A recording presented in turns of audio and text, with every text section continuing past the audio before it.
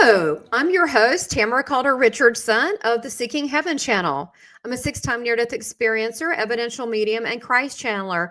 And welcome to my channel. If you haven't subscribed, please subscribe, make sure you also click the bell so you can get all the different episodes and watch my various episodes. I have several. They're so much fun to watch and also educational. So be a part of this, be a part of my soul community, share, and come back. Today, we have an exciting special episode for you, and that would be a St. Patrick's Day celebration. And I have someone who is a friend and kind enough to take the time to be able to put this together with me.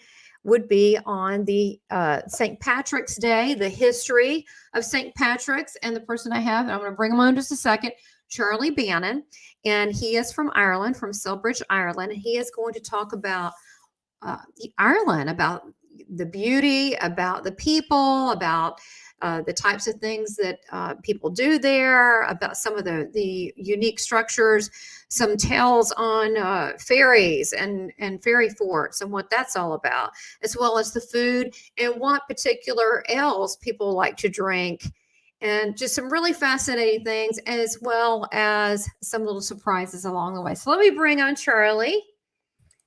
Charlie, welcome. Hey, Tamara, thank you for having me on the show. Oh, I'm so happy you're here. And we've been wanting to get together and do this. So I'm so excited that you're here and that you're going to tell us all about St. Patrick's Day in Ireland and what that's like. But I want to first mention that you're an author, and there's a, yes. Oh, you've got it right there. Fabulous. Yeah. There you go. And there you are. And there's your book. Yeah. And and who's that kid? He looks kind of familiar. Yeah, that's Oh me my when I was God. about 2 or 3 years old. I Oh, remember when that was taken. I'm still wearing a nappy. I can see it there, or as you call it, a diaper, and my fat little legs. And I've kind oh, of grown into this other guy over on the side here. That's me this weekend just gone. oh, that is just the cutest. Look, you look so innocent and sweet. Look at that. We all started out like that. Look I'm at still that. the Isn't same. that precious? Isn't that cute? Now tell us about the way of the charity. And also, I love this plaid background. Where were you when this was taken? That was a pub in the town I live in called, what's the pub called? The Castletown Inn. And I went in there for some lunch on Sunday, I think it was, and I started to take some notes for this presentation today. So and then you said, I need a photograph of you, I need a headshot. So Yeah, I I just love it. took out my phone and Yeah. the result. Yeah, no, I love it. Now, your book, hold your book up again so people can see that. And let me pull back so people can see. Tell us about that. You wrote it during the COVID, and then we'll get going. I just want to acknowledge that. I called it The Way of the Charioteer because this is a symbolic representation of the human being. Okay, I don't know where to hold this without blocking my face. No, that's fine. Okay, so for myself, the chariot represents the physical body, the horses represent the mind, and the charioteer represents the spirit. It's So beautiful. the physical body can't really go anywhere unless something directs it. So the horses don't direct the chariot, they pull it, and they Mm. represent thoughts and emotions. And sometimes they work together, sometimes they don't. Sometimes you can end up in a good place. Sometimes one horse wants to go left, the other wants to go right. They want to go off the path and eat the nice juicy grass.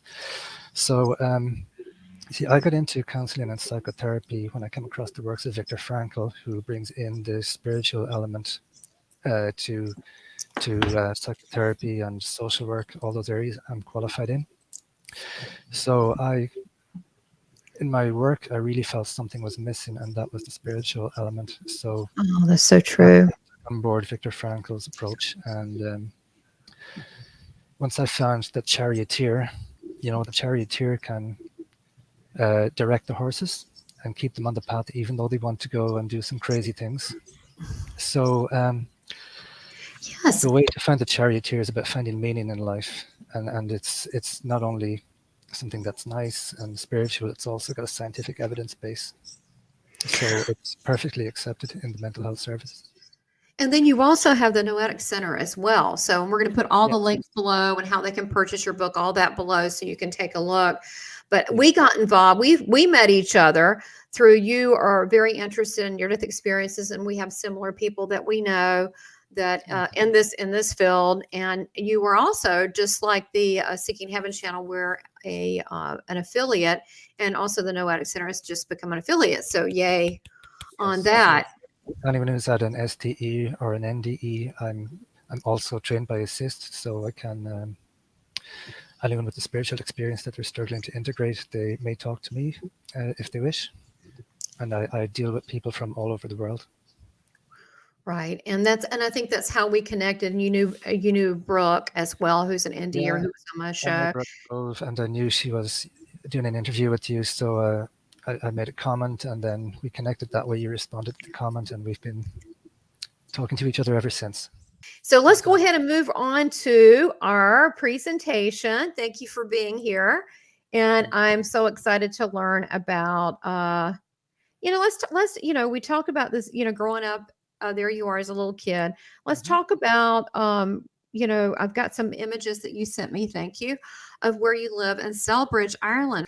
The one up in the castle on the island, that's close to where I grew up, actually. It's just about 4 miles. So if you look across the far side of the lake, Lough Key in County Roscommon, that's where I grew up. And back in the tribal days of the Celts, that island was where the local chieftains lived. And Oh, then, as with the invasions from England, then the chieftains, the MacDermots, were overthrown, and the kind of the local English landlord were the King Harmons. hmm, So, but the lake itself is beautiful. It's got 10 kilometers. gorgeous. It's 4 miles long, 2 miles wide, and there's a lot of history there. But I could spend the whole time talking about that. Maybe we'll move on. Gosh, that is gorgeous. And this castle that's not the same castle, the one on the bottom, No, is it? that's Johnstown Castle in County Wexford. I went there on holidays when I was a teenager a few times. I have relatives that live nearby, and that's a beautiful parkland there. If you come to Ireland, it's well worth a visit. Oh, Uh, wow, that's beautiful. Well, once we can okay. figure out this traveling stuff, I would love to. Yeah, Yeah. that sounds like a great plan.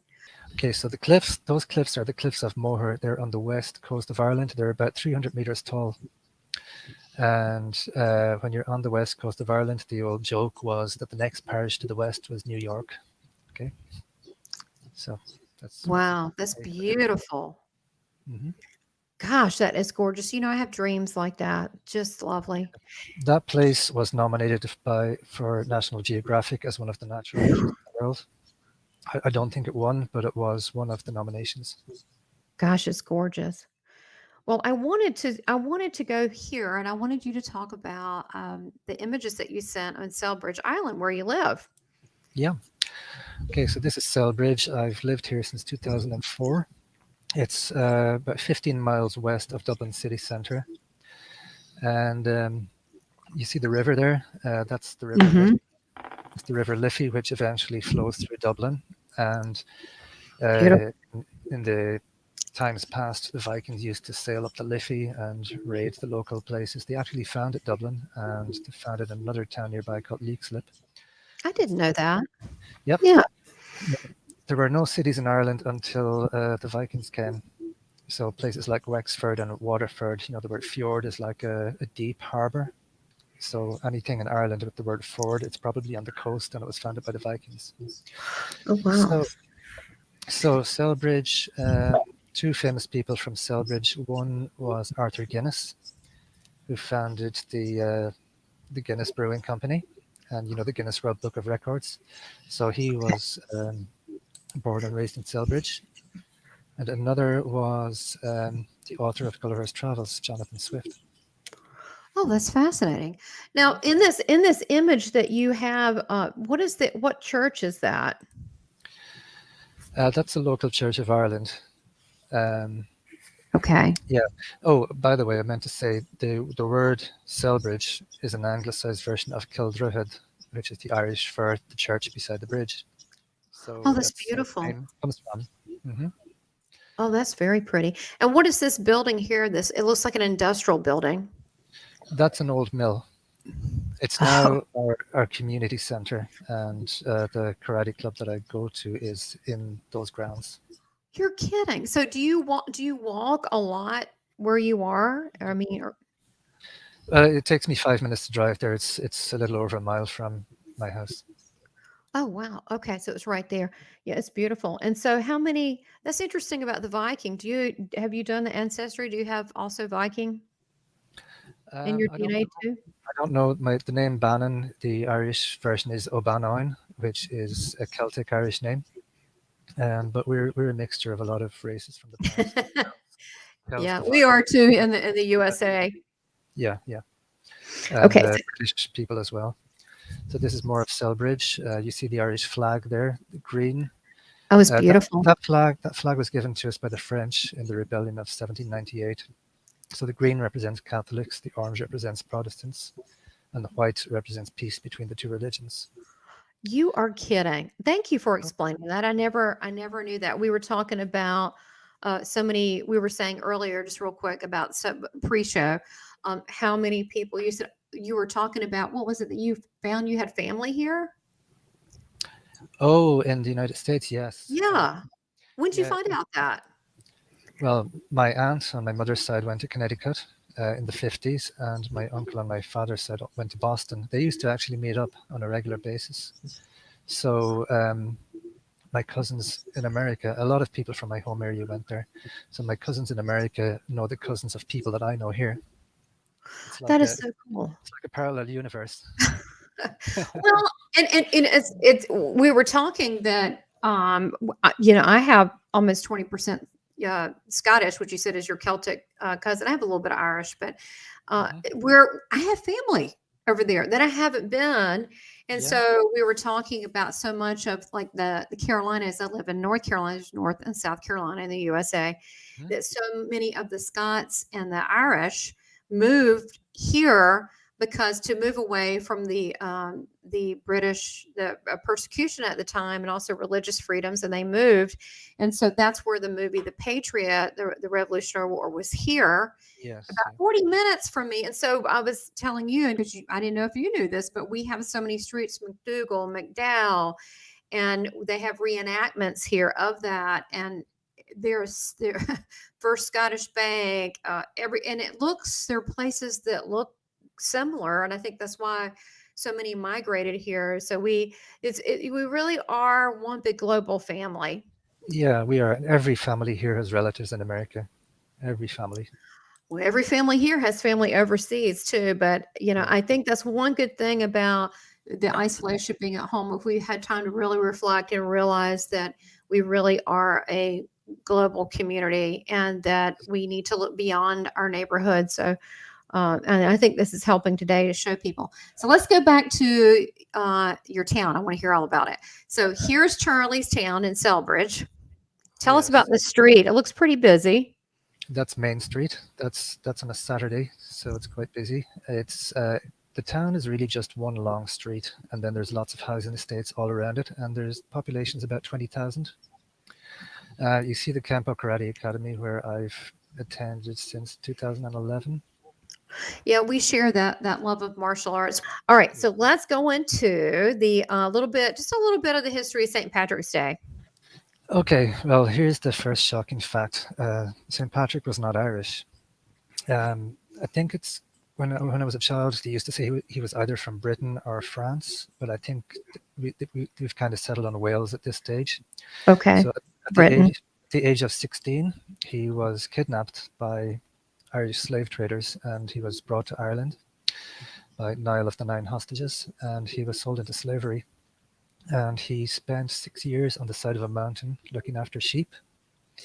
And he was actually a Roman citizen, and apparently he didn't have much spirituality around up until the time he was kidnapped. But being alone on the side of a mountain in nature, and he uh, he started to have dreams and visions and became very close to God.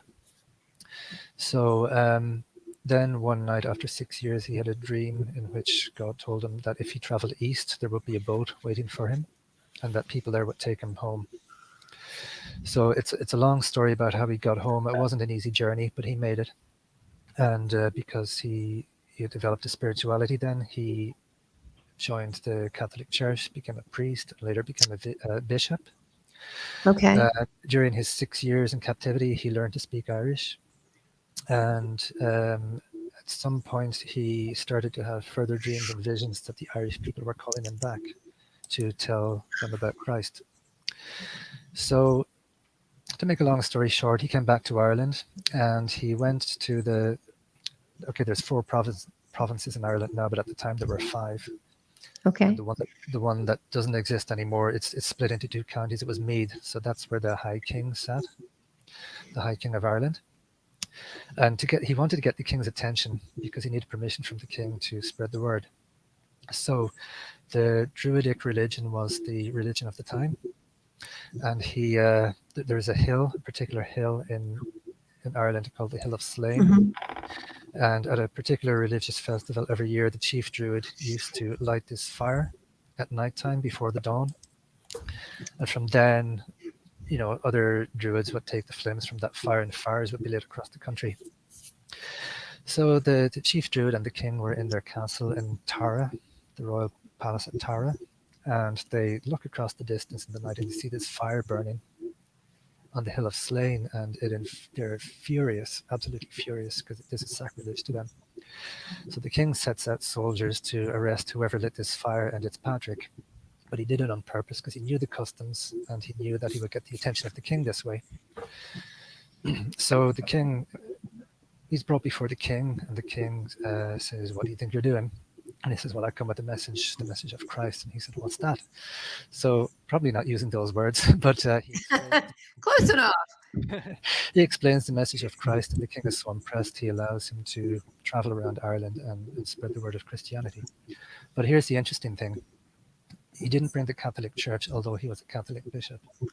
He Mhm. brought the message of Christianity, and he integrated it with the universal principles of Druidism so that the people could relate to the teachings of Christ, but in a culturally competent way, let's say. Wow.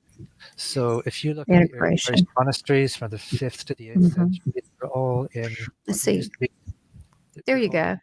yeah, but all those ancient monasteries are in places that used to be sacred places to the Celtic people, and they're very close to nature. So for the Celts, for the Druids, nature was their temple. But then when they turned to Christianity, they built monasteries in these places in nature and built universities. And from there, they went to places like Scotland and various different parts of Britain, over to Italy, Spain, Switzerland, maybe not Spain, but Switzerland. And Yes. they brought this particular form of Christianity Mhm. all around Europe. Now, eventually, Um, the Normans invaded in 1169, and that form of Christianity was wiped out and replaced with the Catholic religion. and then I've got here some fun facts for you. Okay, so the shamrock it's not a clover. They're of the same plant family, but they're different. Clover has kind of got white flecks in the leaves, but Patrick used the shamrock to explain the Trinity, Father, Son, Holy Spirit. Oh, that's So beautiful. it's like three different elements, but one unity. Okay. Mhm. And the Irish flag, did I talk about that already? Yeah, Not that's beautiful. yet. Yeah, I was Yeah, doing the Catholicism Protestants. project. Okay, leprechauns then. Leprechauns are kind of mythical creatures. I'll talk more about them later on, maybe. Mhm. Actually, I'll tell you a story maybe about how, this whole thing. Oh, there you have it, the leprechaun and the rainbow. So Mhm. a medieval story about a leprechaun that was captured by three men, and he told them if they set him free, he would give them a crock of gold. So they said, "Well, where's the gold?" And they said, "It's there at the end of the rainbow," and it looks so close. They let him go, and they went to run after the rainbow and catch the gold. But of course, the rainbow keeps moving away. Wow. So the leprechaun got away, but that's where the story came from. And actually, when I was about 6 years old, a rainbow, the end of the rainbow was in a field at the back of our house, and I remember running out and chasing it and chasing and chasing. But I think the story represents kind of the follies that people can chase in life, Yeah, chasing their dreams. not chasing their dreams. I wouldn't call that a folly, but I think for happiness, we really need to look inside, and often Mm. we look into things that are on the outside. So, now the shillelagh. The Mhm. shillelagh is there's a place in County Tipperary actually called Shillelagh, Okay. and there's a particular stick called a walking stick called a shillelagh stick. So it's the branch of a blackthorn bush, but in ancient times it was used as a weapon called a cudgel. So it's basically like a kind of a club. Okay. And yeah, that's about it. And then you said that you had, I know the leprechauns, you mentioned the leprechauns, but I know there's a lot of mythical stories with leprechauns as well as fairies. And I don't know if I told you this, but years ago I read a very famous producer in the UK, and it came through with his grandmother about the little people, and I assumed they're like leprechauns. And so I know that we don't really, not saying we don't have it here. We just don't really call them little people, but I knew what was being said. And then you also talk about there's a lot of fairy stories, and that you mentioned that there's something called a fairy fort. And can you tell us what these are that we're looking at? The mythology will help to explain what these are. Okay, so history will tell us that these were kind of circular stone forts that people used to live in, and they used to keep their sheep in there or whatever animals they had. And it was kind of Okay. safe because it would, they could keep out wolves and wild boar and stuff. So we're talking about Stone Age times, maybe 5 to 7,000 years BC.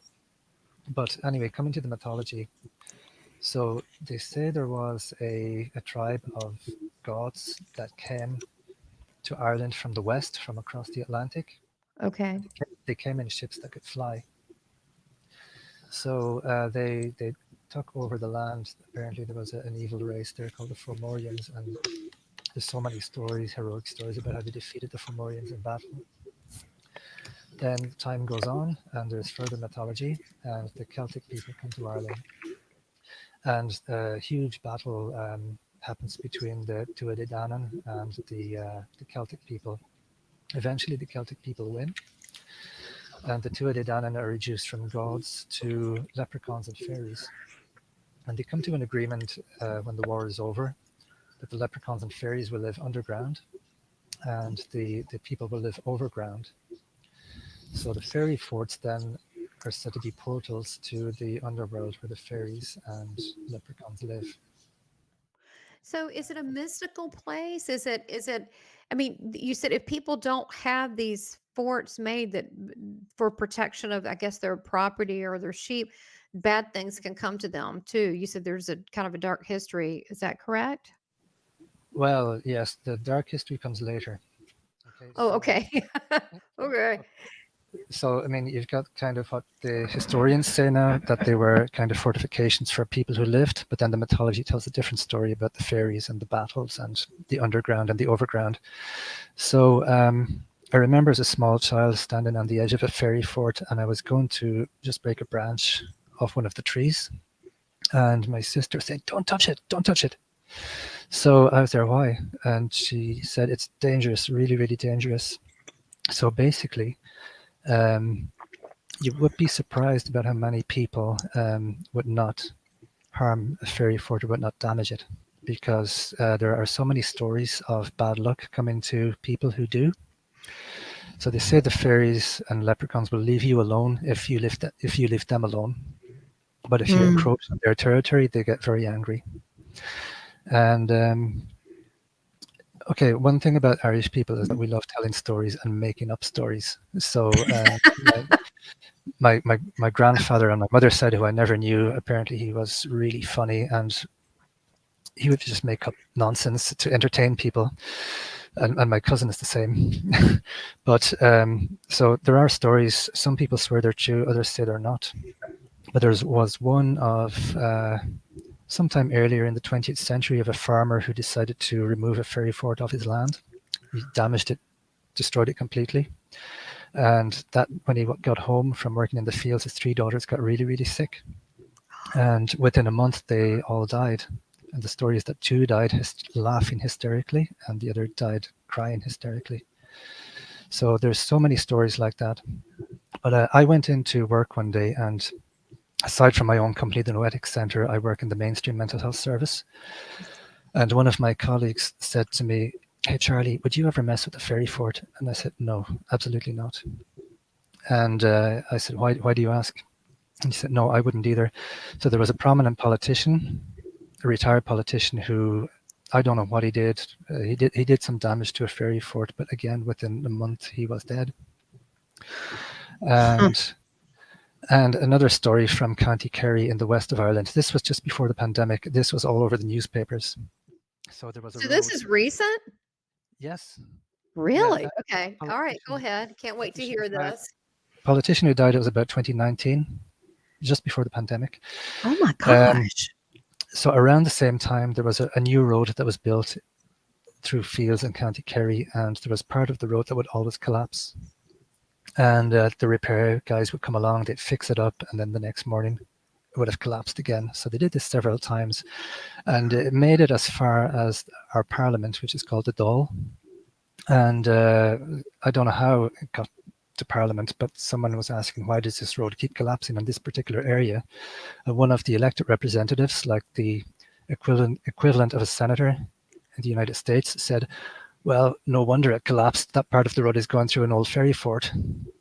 And of course, so, everyone in opposition made fun of him, Yeah. but Right. he was very serious. And then this whole debate started across the country. Would you mess with the ferry fort? And anyone not living in the city was saying absolutely not. So look, we don't have signs to say if this is true or not, but a lot of people believe it, and it could be coincidence or it could be real. I don't know. But It falls into the area of the paranormal, doesn't it? It really does. it does. Like what I was thinking, if you've had an NDE, which you have, or if you've had STEs, which I have, we know there are realms that are beyond the physical, and we know there are beings who live there that are beyond the physical. Yeah. So, and then I love Dr. Bruce Grayson's book called After, because he looks at NDEs in a scientific manner. He comes to the conclusion that they're real. So much hasn't been looked at scientifically, but again, if you look all over the world, there are stories about fairies, gnomes, elves, leprechauns. In India, they were called devas, and they have a lot of things in common. And I think it would be really interesting if science caught up one day. Like only recently, Dr. Grayson has, like NDEs have been real for centuries, for millennia, but only Right. now For a science while. shows it. And again, there was a time we believed the Earth was flat, but science has shown us that it's round. Yeah, So, exactly. so with these fairy forts, I don't know, but this is what people say, and these are two incidents that happened. So you build fairy forts as basically, let me get this straight, as an honor to like, hey, I acknowledge you to the fairies. Don't mess with my stuff. Is that We why you don't do it? we don't build them. We don't They're know who just built there. them. They're thousands of years old. I got it. They're already Yeah. there. Don't mess with them. Do not mess with them because they're sacred somehow. Okay. No, so that's different than someone. I had a lady on from the UK, Karen Kay, who is a fairy specialist, the fairy whisperer, and she Mhm. said that you can put little make like little gardens and do their, which will get you some, fairy action there. But this is different. These are like Stonehenge kind of things. Like, do not be messing with Stonehenge. Do not, Yeah, they're from that whatever. area. Don't mess with it. Yeah, and funny you should mention Okay. Stonehenge. I was in the southwest of England a few months ago, and the land looks exactly like Ireland. And when you look at the ancient places there, they're exactly the same as what are here. Wow. Yeah. Well, again, you think about the history and migration and where we've been, which I think is really interesting with ancestry because it shows you migrations of people. I think it's fascinating. Mhm. Okay, so now here we're going to go. We're talking about unusual structures and sacred areas. Maybe, Yes. oh, that's food. Sorry. That's sacred. Yummy. We'll come back to that. Okay. Talk about the New Grange and the beehive structures. Okay, so Wow. Newgrange is the the kind of circular building in the green field. So that's the equivalent of a Stone Age cathedral. Okay, it's quite large. You can see some people there at the front. That gives you an idea of how big it is. So and you see the photograph. It's kind of, that's the entrance chamber, the entrance hall into Newgrange. So that we don't know who built it. It's thousands of years old, again between 5,000 and 7,000 years BC. And the way it's structured and engineered, it's built on the same sacred geometry as a cathedral is. So the way it's structured, the front of the entrance is facing east, and on the winter solstice, 21st of December in this part of the world, for 2 days before and 2 days after, and on the day itself, when the sun rises, it shines through the light box. You can see that in the picture in the middle there, and it lights up the whole place. And inside there is a cruciform kind of what would you call it? Kind of a place where people gather. There were some ancient remains found there at some stage, but this is like a place of initiation. Oh, really? Yes. Is it a maze in there or little rooms? I mean, what are we looking at? It's not a maze. It's in the shape of a cross. Oh, so it heads to the center. So there is a cross, and they all go to the center where there's sacred ceremonies. Okay. Yeah, so on the way in, I've walked in there, and to try and make it like it was in ancient times. So it's not a straight journey in. So the floor rises, and as you go on, you think, oh, this is fine. Then suddenly you bump into a rock. So this is like in life, you're walking on your path of life, and suddenly life hits you, and you go, oh, what just happened? Oh my God, this is terrible. It's not smooth. It's not straight. No. It's kind of hilly. Yeah, it's like life. It's challenging. You get to the center, you're in darkness. You wonder, oh my God, this is terrible. What am I going to do? But then when the light shines in, suddenly you can see where you're going, and you leave. You walk back out into the light. You can see the symbolism there, and it's like you're reborn, and you've learned from the challenges of the darkness. So you've got this sacredness, and then the physical engineering. You've got this. Integration of engineering, of science again, and of mysticism. We don't know who built it. They're about 7,000 years old. Oh my God, 7,000! 7,000! Then that is like remarkable. Yeah, it's like the pyramids. Is it one of the what is it, wonders of the world? It's not a wonder of the world. Now, they say it's older than the pyramids, but what historians ignore is the fact that Plato spoke about 17,000 years of Egyptian history. And there's evidence to show that the pyramids are much older, but history seems to than what they're saying. brush that over. Right, the history's we're still learning, I think, with history. So let me go back to the beehive. That's really fascinating. Oh, when you went in there, did you get any kind of like, did you feel like anything spiritual in there, or anything at all? Or do you feel like spirit people, or do you feel any kind of presence, or did you feel sacred? I mean, was there emotion attached to that? It felt very much like a sacred space. And again, the sacred geometry on which that is designed is the exact same sacred geometry as what a cathedral is designed on. Is there, I know this is out there, but I'm just curious. Do you have like, what do you call it, crop circles that are near this thing? Is there any crop circles near there? I haven't heard of them happening in Ireland, but certainly in southwest of England, I have friends over there, and they've gone to visit them, and they said the way the wheat or the corn, whatever it is, the way it's pressed down, looks like it was done with precision instruments. Wow. You couldn't do it yourself. It's quite amazing. Right, for 7,000 years ago. I mean, this is pretty amazing. And then what is this beehive structure that I'm looking at? Okay, that is on an island called Inishmickalon. Inish is the Irish for island. Inishmickalon is St. Michael's Island. And it's off the southwest of Ireland, off the Kerry coast. And if you're a fan of Star Wars, you might recognize these structures. So these were used in the latest 2 Star Wars movies to represent the first Jedi Temple. But in reality, those are early Christian it's kind of, they're called early Christian cells or kills or churches, which where monks used to live in isolation on the island. I see. To the forefront there, you can see some gravestones from Let's somewhere see. between the 5th and 8th century. So you can imagine Oh. hundreds of years ago, it was a very isolated Mhm. place to be one with God and be one with nature. Yeah, it looks like it's by the coast, and it looks like these stones used to be crosses at one point. Now, Yeah. was the early Catholic Church or the early was there a crossover with Druids? Yes. Now that wasn't the Catholic Church. This was specific Irish Christianity. Early. It's known as Okay, early, okay, early early Irish Christianity. Christianity and Druids. Okay, thank you. Yeah.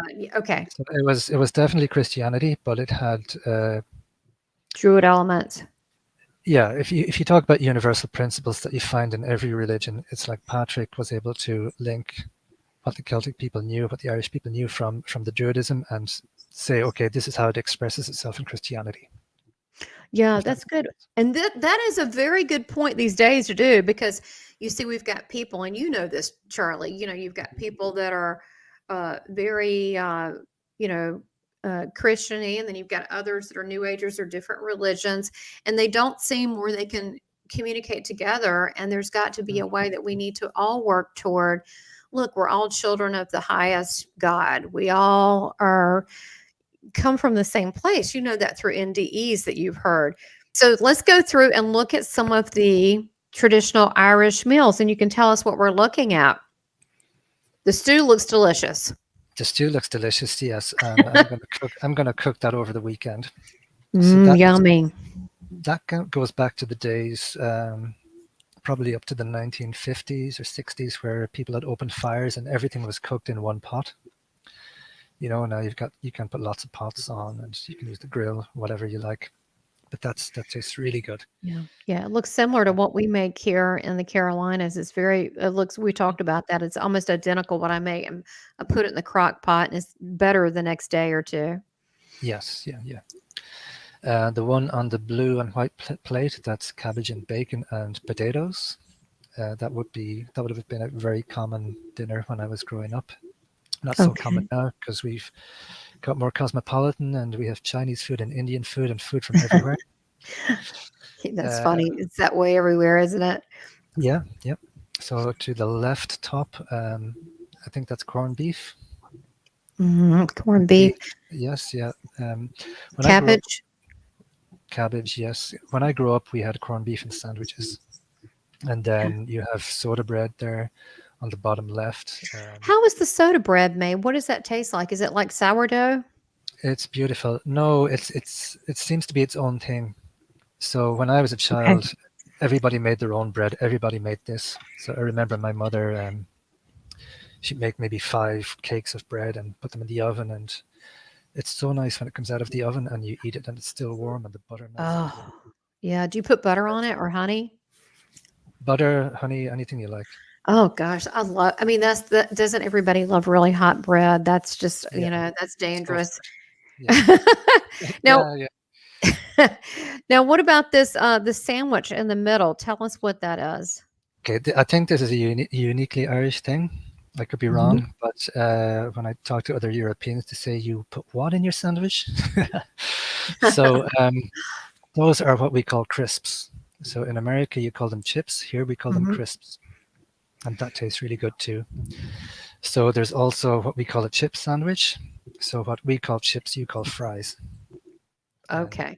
And there's ketchup, nothing but sriracha chips in there and mustard? It's just chips and mustard. chips or fries, as you call them, with ketchup, salt, and vinegar, and butter, Okay. of course, on the bread. Yeah, really Oh, nice. I don't see the ketchup, but okay, I believe you. Okay. So they're just chips. Wow. Okay. Yeah, but that one we call crisps, you call chips, but we would call it a crisp Crisp. sandwich. Yeah, crisp. I like that. That makes sense. They look Unhealthy, good. tasty, as you like. The stew, I would totally eat the soda bread. Yummy.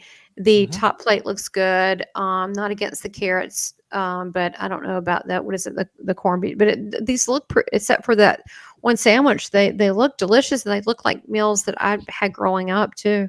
And my Yeah, grandmother made cabbage all the time because she had a lot of German in her, and she just made cabbage dishes and sauerkraut constantly. So it's not like I hadn't seen that before. My favorite our topic, L's and pubs, and this is where we have fun because I don't know a lot about craft beers or L's, so maybe you can educate us.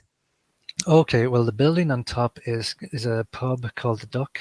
It's a good place for live music at night, and they serve beautiful meals in there. And if you go under the bridge, there's a nice car park and an outdoor area at the back. But that's the building where Arthur Guinness was born. Oh, Yep. wow. So I don't know How if it old was is that building? This is right in your neighborhood. So how old is this?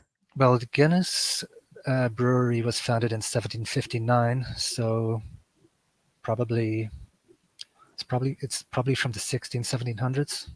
So now when you go into the pub, and I know you sent some pictures and some things and so forth from inside, when do people go? Do they go at 5? Is it an everyday thing? Is it now and then? Is it like a It's restaurant? it's like a restaurant and just a place to drink or watch sport or just socialize with your friends. So opening time, I'm not sure. Probably around midday. There are some pubs that have special licenses that can open at 7 a.m., but those are few and far between. So if Oh you're my working the God, how will you get anything done? Good God, after a couple Guinnesses. Oh night, my if God. I mean, so wait a minute. So okay. So people go at lunch and start drinking? They don't do that here. Well, they no, could, and I don't know about it, but no, you would go for food because you got to go to work. yeah, You you can't. gotta go to work. You You gotta can get fired focus. if you're not drunk. Yeah. So, but in the evening, unless you're a college student, you might just go there for something to eat and start drinking then. Okay, We, so they we have have a lot food of too. we have a lot of problems with alcohol here. I've been in the bars in New York and they are slightly different. But I In mean, what way? to me, it looks like you're going into I don't know how to say this. Yeah. If you sit at the bar, it means one thing. If you sit at the table, it means something else. I don't know. It looks more industrial to me. But when you go into an Irish pub, it's like you're going into your own sitting room, your own living room. That's a perfect I get that. Yes. I get that. That makes sense. And that's why I want to talk about the whole bar and pub scene because it is St. Patrick's and we have, bars and pubs. But I would say if you went to a pub here and you sat at the bar, that could mean I don't know, maybe you want to pick someone up versus if you sat at a table with some friends, that means you're just having a good time.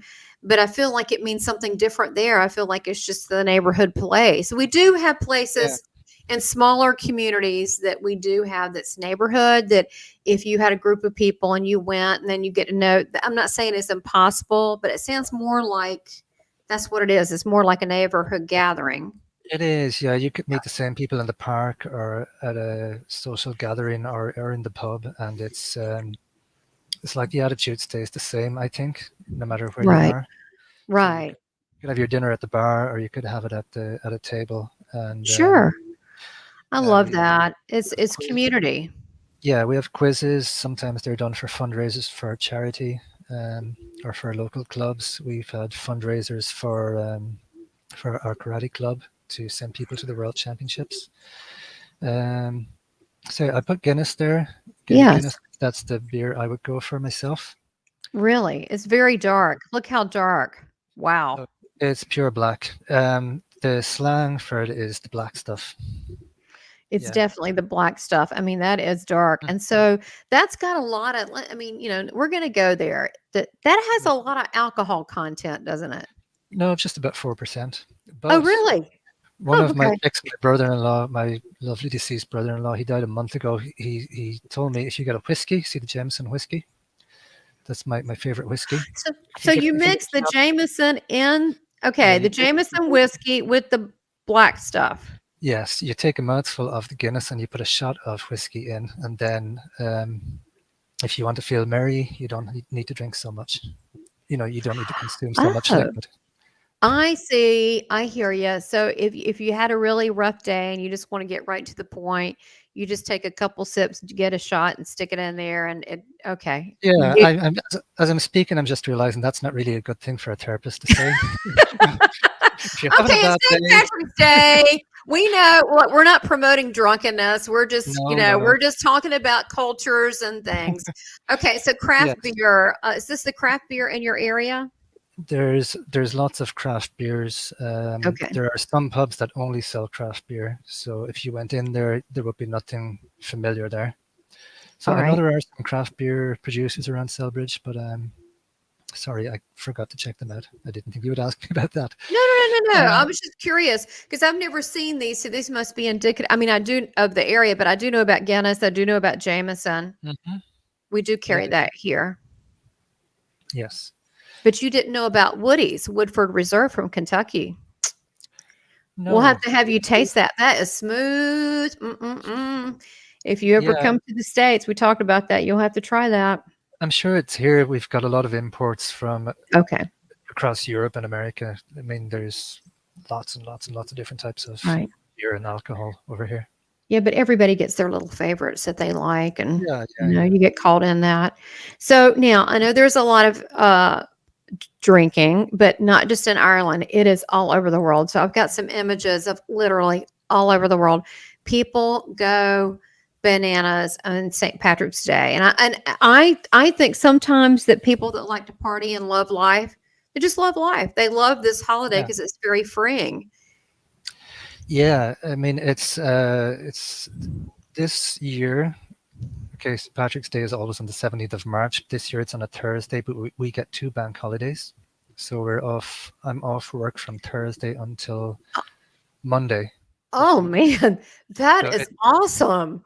yes, it's known as St. Patrick's weekend now, not St. Patrick's Day, but it's a Oh 4 day my weekend. gosh. That wow, it's Yeah, kind of like birthday, and my birthday's next week. It's like birthday month. yeah, This is like yeah, a whole week. This is like a weekend of St. Patrick's. yeah, That's yeah, yeah. amazing. Yeah, so we have parades in every town, every city, in a lot of villages. So you have marching bands, you have all the local clubs will get out and march, and everyone has to wear something green. They'll make floats, and on the news in the evening, they'll show parades from all across the country and from all over the world as well, from New York and Chicago and the various places in China. Well, they don't do parades in China, but they have a festival. Japan. The thing about Irish people is we have gone everywhere. I mean, Right. our ancestors, we love to travel and we've gone to a lot of different countries. And it's just, as a child, I remember looking at all the parades from different countries and being amazed. But Well, can I yeah, tell you like something? this is Chicago. That's that river we Yeah, were talking about earlier that they turn green. And what did you say? Wonder what the fish think about that. exactly. Yeah. I'm thinking, is that healthy? I don't know. Yeah, Let's kind just of a pretend it's twist in all the green natural. agenda. It's a twist in Yeah. the green agenda, isn't it? Oh, I'm like, yeah, well, yeah, it looks a little toxic, but yay for St. Patrick's Day. So that's Chicago on the top Yeah. corner, and then below, that's also Chicago with the bagpipes. Hmm. But I mean, this is all I literally found these images all over the world, and I thought this was so funny. This person with their all their buttons. It's like they're over Yes. flared. This person's over flared. They have way too many buttons, but they're very proud and very Mm. excited. And I thought that was cute. But when I'm Yeah. looking at, I think it was this below on this one, the girls with the pink skirt. That is in Ireland. The I think Arkansas was where the little kids in the float, and then we've got, I believe it's Las Vegas with the girls. And then Mhm. we've got, and the red dresses, that's Raleigh, North Carolina. I mean, literally this event, and there's a dance, a proper dance, and that's in Ireland. So it's really literally all over the world that you have these activities. Yeah, and then there's here to celebrate the day of the parade is probably the main event, and then there's usually Irish music in the pubs. There might be dancing. A ceilidh is kind of a traditional dance that hundreds of people can get involved in. Oh, that There are sounds different types of fun. ceilidh dances. It is fun. It's great fun. And okay, the day itself is there's a lot of alcohol associated with St. Patrick's Day, and do you know why? Why? Because back in the day, say in the 80s and 90s, well, whenever Okay, there's the religious festival of Lent. Do you have that? Yes, we do. Okay, so it commemorates when Jesus went into the desert for 40 days and 40 nights. And the idea is that you would try to experience something of what Christ experienced for 40 days and 40 nights. You would maybe give up something, give up some attachment. Okay. But in Ireland, you can take a break on St. Patrick's Day. Now, I thought that was across the world, but I got to know some American people over here when I was 23, and they were saying, "What are you doing? You can't take a break on St. Patrick's Day." I said, "Well, we do here." So anyone who had given up alcohol, they would just, as we say, they would go on the tear for that Okay. day. And the 18th, there would be a lot of hangovers. Oh, I see. So they just kind of pull back. And then, Yeah, they still had a couple of weeks to go after that until Easter Sunday. before they start again. Oh my Yeah. gosh, that is so funny. You would be surprised how many times in readings people come through their families talking about drinking as like during activities like this. Whole families, even the elderly people. I'm like, oh my goodness. So a lot of people like celebrating St. Patrick's Day. Here I am. I was going to a dance in 2017, and I used to be in a swing dance. I know the dance team with Clay. A lot of work. We stopped doing that, but I was dressed up to go to a dance. And this is my dog Tucker, which I call Tucky Boy. He's the one who has a little heart condition, and he's standing in clover in our backyard, and you can see like I've got a garden in the back. He's got a little hat on. That's actually on his head. That's not Photoshop. That's actually, you can see his hair pushed down, and he just stands there and lets me do these things. So I thought it was just so cute. He's just a sweetheart, but we do dress up our dogs. We get them involved in the activity. So look, what are you planning to do? Oh, there you are. I love that. What are you planning to do, Charlie, for St. Patrick's Day weekend? I'm going to dress appropriately for the day. Oh, kind of like this, or your work? Yeah, this is my Irish rugby jersey. Okay. So on the day, I will go to the parade and see if there's any friends who want to go to the pub and maybe put some whiskey in the Guinness and see if there's any Irish music and just talk, have fun, tell stories. Yeah, that's probably what I'll do on the day. On Saturday, well, I'm going to go see my family as well, and we'll do the same, have songs and music and tell stories and wind each other up and have fun. But also the Six Nations Rugby Championship is on at the moment, and it always concludes the weekend of St. Patrick's Day. Oh. So Ireland has a good chance of winning the whole tournament this time. We have to beat Scotland. And England need to beat France, and if they do, then we're the champions this year. Okay, so a little bit of sports celebration as well. Yep. So that sounds like fun. And I love the idea you mentioned about stories, that people sit around and tell stories, and they have a sense of community. And I think that's one thing that I really miss, that I would love to see more in the U.S. The U.S. people came here and they kind of separated, and like in the South where I am, they're so spread out. And I just think it's just so much more special if you can be with people that you care about and that you know, and just hang out and enjoy each other's company. I'll probably be here with Clay. I might ask my mom to come over, and then I wish I could find green beer. Do they? I love that. It's just festive to me. It's just something I just love doing that. We'll probably watch. There are these really like horror movies called with leprechaun. He's like a bad leprechaun. We may watch that. That's silly, I know. But we'll figure it out. It's a little bit different, the activities here, and especially with the way things have changed. We'll do something absolutely fun. But the green beer, can you get it in Ireland, or is that just here? We like doing that. I haven't seen it here. We have heard of it, but it's kind of an American thing to us. You've heard of it. It's an American thing. We like our green beer. I don't know why we do this. I think I got a picture of it here. Yeah. I used to do that in college. I would go get the green beer, and we would go out, and that's what we did. I don't know. We'd wear Mardi Gras beads and so forth. But look, you have been so kind and gracious to share a part of your beautiful country, Ireland, a part of your soul, and the passion of the people. I love the spirit of the people, that they're just, that's one thing that I do love and respect about the Irish, because we have so many Irish and Scots where I live that migrated, is they're very passionate people. And if they care for you, they really care for you, and they seem to be, very genuine people. Very genuine and very dedicated to whatever they're passionate about, which is usually their family and friends.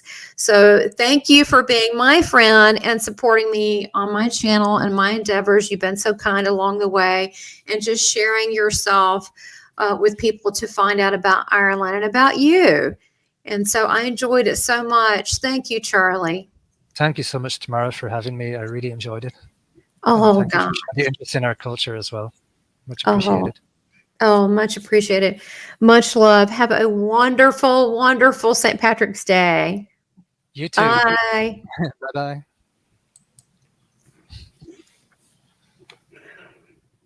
Please subscribe, like, and make comments, and support this channel by becoming a member. Thank you for your continued support.